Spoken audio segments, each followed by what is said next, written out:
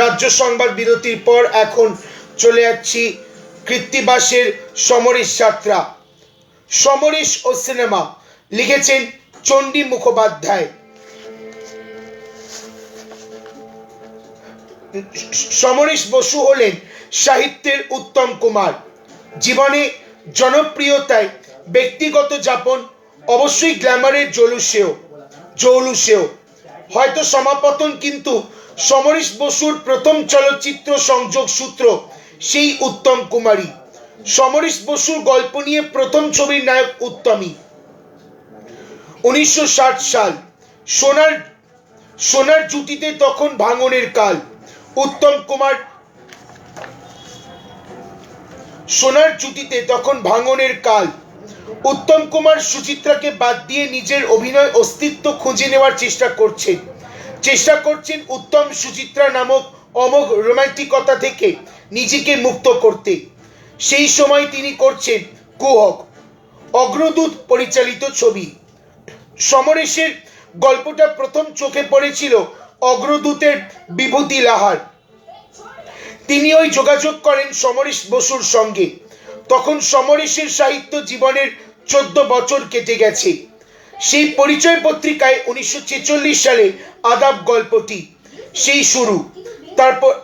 তারপর উপন্যাস লিখেছেন নয়নপুরের মাটি, এরপর উত্তরঙ্গ, জগদ্দল, গঙ্গা, এইসব লিখছেন সমরেশ বসু, তখন কমিউনিস্ট পার্টির সদস্য। গল্প উপন্যাস লিখছেন নিজের অভিজ্ঞতার উপর নির্ভর করে, কিন্তু তার গল্প নিয়ে যখন সিনেমা হওয়া শুরু হচ্ছে তখন তিনি আর কমিউনিস্ট পার্টির সদস্য নন। তিনি জানান যে সাহিত্য সৃষ্টির জন্যই তিনি প্রত্যক্ষ রাজনীতি থেকে সরে আসছেন। 1956 সালে আমার মেম্বারশিপ ড্রপড হয়, অর্থাৎ পার্টি তাকে এক্সপেল করেনি। তিনি নিজেই পার্টি সদস্য কার্ড রিনিউ করেননি। এর বছর 4 পরেই তার সঙ্গে উত্তম কুমারের আলাপ। কুহকের চিত্রশতকী নেই চিত্রনাট্য তখন লিখে ফেলেছেন অগ্রদূত গোষ্ঠী। এই গোষ্ঠীর অন্যতম বিভূতি লাহা যখন উত্তম কুমারকে চিত্রনাট্য পড়ে শোনান, তখন উত্তম চরিত্রটা আরো স্পষ্ট করে বোঝার জন্য তিনি একবার লেখকের সঙ্গে কথা বলতে চান।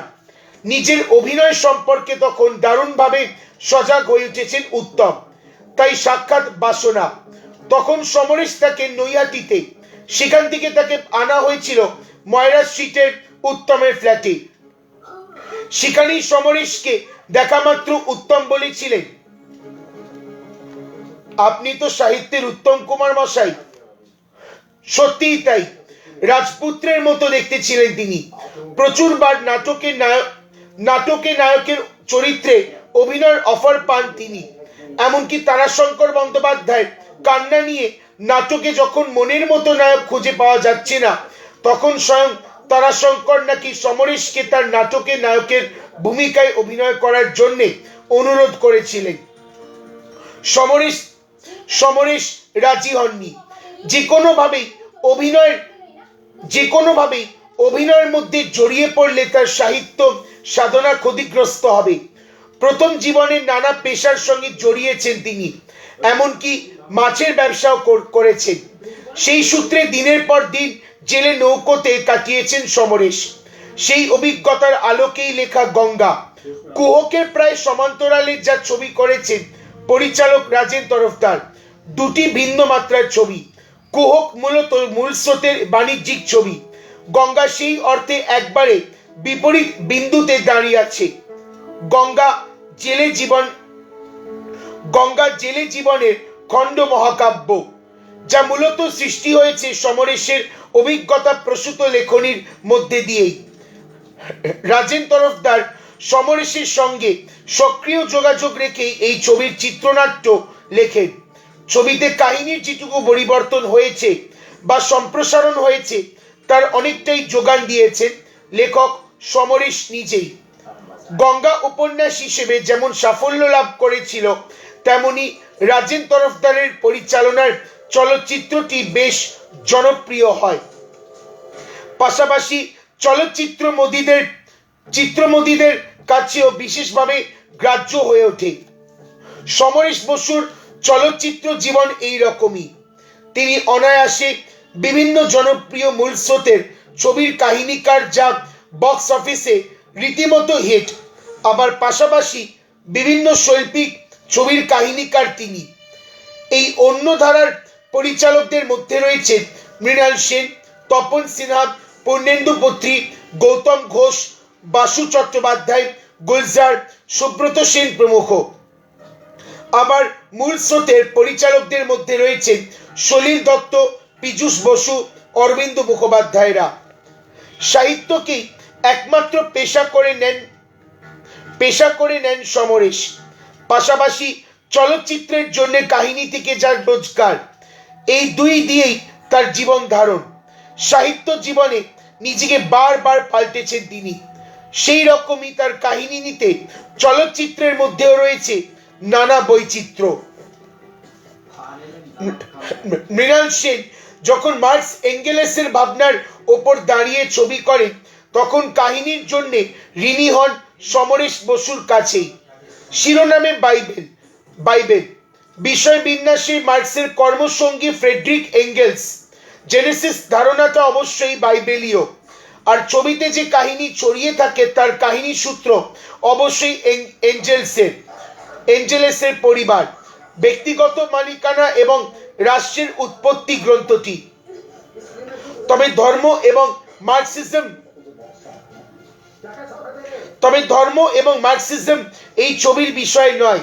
এ এক অন্য জেনেসিস। বাইবেলের জেনেসিসে আছে পৃথিবীর ধ্বংস হয়ে যাবার ঈশ্বর নতুন করে সৃষ্টি করলে এই দিন দুনিয়া। আর মৃণালের জেনেসিস আর এক নবসৃষ্টির গল্প, যেখানে ঈশ্বর নয়, যেখানে ধ্বংস সৃষ্টি সবকিছুরই দায় মানুষেরই। এ কাহিনী পরিবার সৃষ্টির, এ কাহিনী ব্যক্তিগত মালিকানার, এ কাহিনী রাষ্ট্রের জন্মের। বিষয়টি বিশালতাকেই মাত্র 4টি চরিত্রের মধ্যে দিয়ে নিজস্ব মুন্সিয়ানায় নির্মাণ করেন মৃণাল সেন। মৃণাল সেন স্বয়ং এই ছবি সম্পর্কে জানান। 4টি চরিত্র ছবি। এক কৃষক আর এক তাঁতির সঙ্গে সম্পর্কে জড়িয়ে পড়েছিল একটি ছিন্নমূল মেয়ে। তার সম্ভাব্য সন্তান নিয়ে শুরু হয় দ্বন্দ্ব ওই দুই পুরুষের মধ্যে।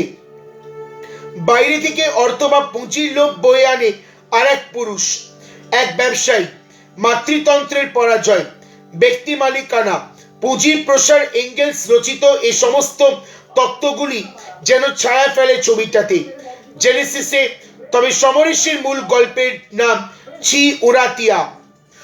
সেখানে পরিবার, রাষ্ট্র বা ব্যক্তিগত মালিকানার সূত্রটা ছিল, যার থেকে মৃণাল নির্মাণ করে জেনেসিস। আসলে সমরেশের কৈশোর ও যৌবনের জীবনে কমিউনিস্ট রাজনীতি বিশেষভাবে প্রভাব ফেলে। মার্ক্সবাদের দান্দিক চিন্তায় বিশেষভাবে ঋদ্ধ ছিলেন তিনি, যা তার চলচ্চিত্র কাহিনীতেও বিশেষ প্রভাব ফেলে। যদিও ক্রমেই যৌবনে বামপন্থী রাজনীতির প্রতি মোহভঙ্গ হতে থাকে তার। তিনি নিজেই এক সাক্ষাৎকারে জানান, কমিউনিস্ট রাজনীতির প্রতি আমার মোহভঙ্গ হয়েছে এমন নয়। কমিউনিস্ট রাজনীতি আমাদের দেশে যত বাড়লো, তত বেশি আমার প্রত্যাশাও বাড়তে লাগলো। সেই প্রত্যাশা আমার পূরণ হচ্ছিল না। কেন জানি না মনে হচ্ছিল এই রাজনীতির সঙ্গে আমার কোনো দেওয়া নেওয়া নেই। মনে হচ্ছিল আমাদের পার্টি দক্ষিণপন্থীদের সঙ্গে সমঝোতা করে চলেছে। তখনই আমার মনে হলো এখন আমার রাজনৈতিক সাহিত্য রচনার সময়। কিন্তু পার্টির ভেতরে থেকে পার্টির সমালোচনা করা চলে না, তাই লেখার মধ্যে দিয়েই আমি আমার কথা বলা শুরু করলাম। সমরেশেরই চিন্তাভাবনা, ভিজুয়াল চেহারা নেই তার বিভিন্ন কাহিনী নিয়ে চলচ্চিত্রে। যেমন অজিত লাহিড়ী পরিচালিত ৭৮ দিন পরে ১৯৭১ সালে ছবিটি তৈরি হয়। প্রায় সমসাময়িক সময় মৃণাল সেন সমরেশের একটি গল্প তার কলকাতা ৭১ ছবির একটি অংশ করে তোলেন। কিন্তু মৃণালের কলকাতা ৭১-এ ব্যবহার করা হয় সমরেশ বসুর এসমালগার গল্পটি, যেখানে রয়েছে এক জারিত জীবনের কথা। মূলত অভিজ্ঞতা নির্ভর করেই গড়ে উঠেছে এই গল্পের শরীর।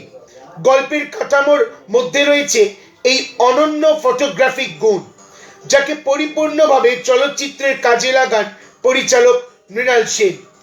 গল্পের মধ্যে রয়েছে এক এক্সপ্লয়টেশনের ধারাবাহিকতা, যেটাই আকর্ষণ করে পরিচালক মৃণালকে।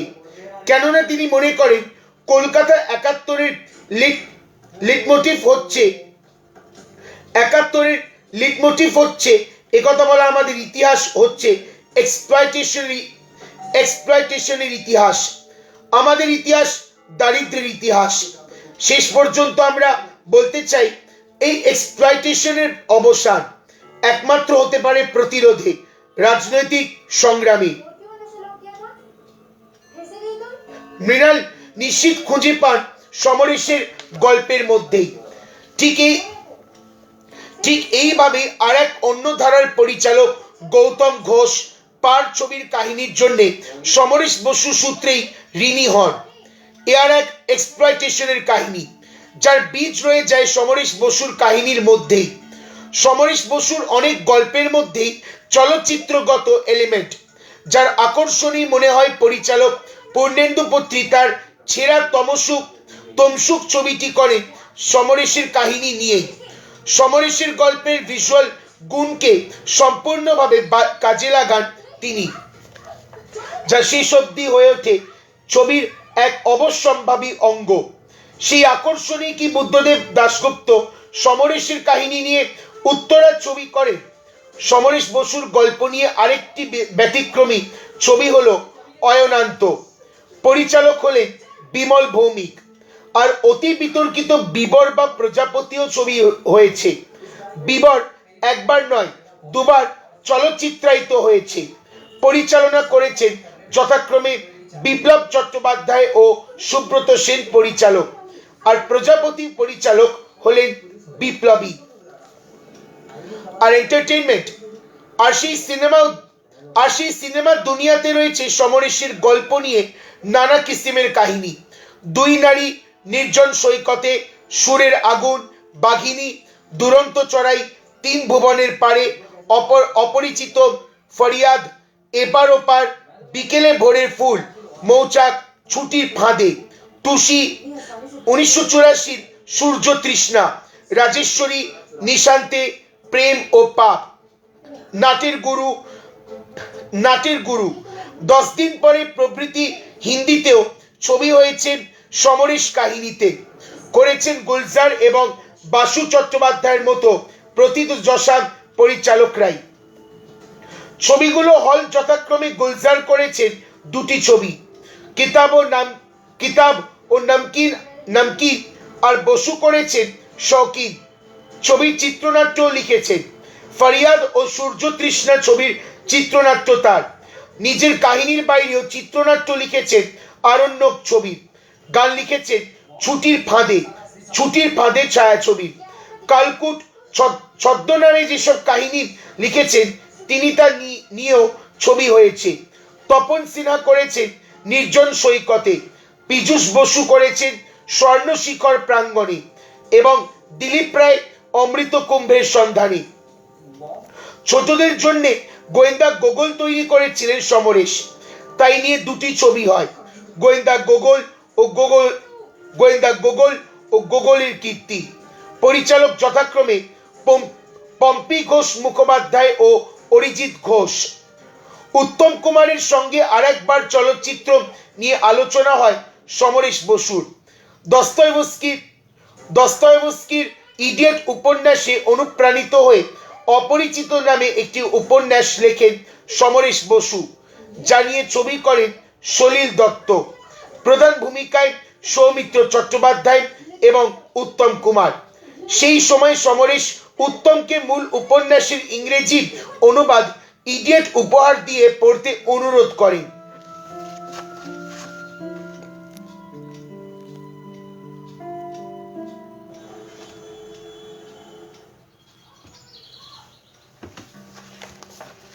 কম খেয়েছেন।